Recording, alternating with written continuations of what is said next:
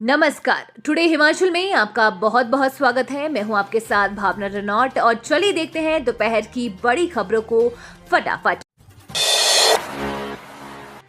मनाली के बाद अब शिमला में बाहरी राज्यों की गाड़ियों पर ग्रीन टैक्स लगाने की तैयारी। जाने कितनी देना होगा फीस। हिमाचल प्रदेश की राजधानी शिमला में भी अब मनाली की तरह ही दूसरे राज्यों से आने वाली गाड़ियों से ग्रीन टैक्स वसूलने की तैयारी की जा रही है। ग्रीन टैक्स लेने के पीछे स्थानीय प्रशासन का तर्क है कि इस क्षेत्र को प्रदूषण से मुक्त रखना है। इसी तरह का ग्रीन टैक्स राज्य मुख्यालय शिमला में लगाने का विचार चल रहा है ताकि नगर निगम को ग्रीन टैक्स से आय हो सके। करीब 8 साल पहले भी इसी तरह की कवायद शुरू की गई थी, लेकिन सिरे नहीं चढ़ पाई थी। प्रेम कुमार धूमल सरकार के पहले कार्यकाल के दौरान ग्रीन क्रेडिट योजना के तहत प्रदेश में निजी भूमि पर पेड़ पौधे लगाने की पहल हुई थी, जो कि विश्व बैंक की ओर से निर्धारित मापदंडों के तहत किया जाना था। उसके बाद प्रदेश में ग्रीन क्रेडिट को लेकर आगे काम नहीं हो सका था। बल्क ड्रग फार्मा पार्क क्रियाशील करने को होंगी नई भर्तियां। ट्रांसमिशन लाइन पर व्यय होंगे 2000 करोड़।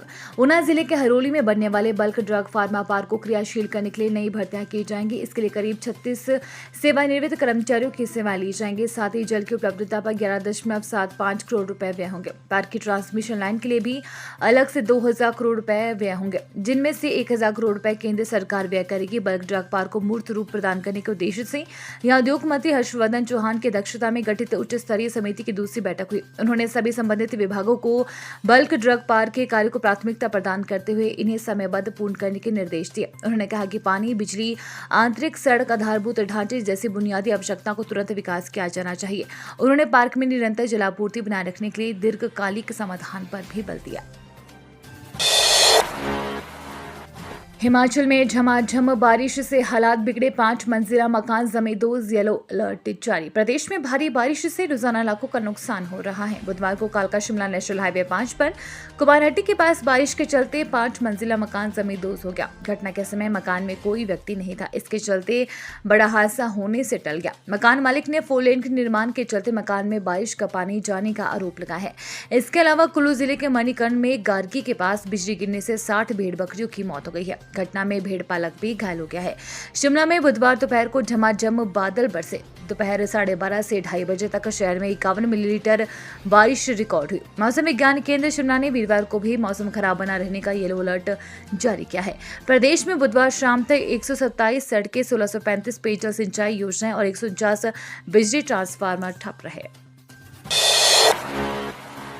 स्नातक और स्नातकोत्तर विषयों में प्रवेश के लिए काउंसलिंग शेड्यूल जारी। स्नातकोत्तर विषयों में प्रवेश लेने के लिए काउंसलिंग शेड्यूल जारी किया गया है। तकनीकी विश्वविद्यालय ने बी फार्मेसी व बीटेक सहित अन्य यूजी कोर्सों व पीजी विषयों की काउंसलिंग को लेकर तैयारियां शुरू कर दी है। काउंसलिंग शेड्यूल के अनुसार बी फार्मेसी की काउंसलिंग प्रक्रिया 5 जुलाई से शुरू होगी। 5 जुलाई को बैकवर्ड एरिया डिफेंस और खेल कोटे के तहत काउंसलिंग प्रक्रिया में भाग लेने वाले अभ्यर्थियों के दस्तावेजों की जांच होगी। 10 व 11 जुलाई को बी फार्मेसी की पहले चरण की काउंसलिंग होगी। बीटेक जेई मेन के आधार पर पहले चरण की काउंसलिंग 12 व 13 जुलाई को होगी, जबकि एचपीसीईटी के आधार पर बीटेक की काउंसलिंग 14 व 15 जुलाई को आयोजित की जाएगी। बीसीए, बीबीए, बीएचएमसीटी, बीएससी, एचएमसीटी की काउंसलिंग 7 जुलाई को होगी। एमबीए, पर्यटन, एमटेक व एमसी के पहले चरण की काउंसलिंग 23 जुलाई को आयोजित की जाएगी। पीजी डिप्लोमा योग में प्रवेश के लिए भी इसका प्रावधान है।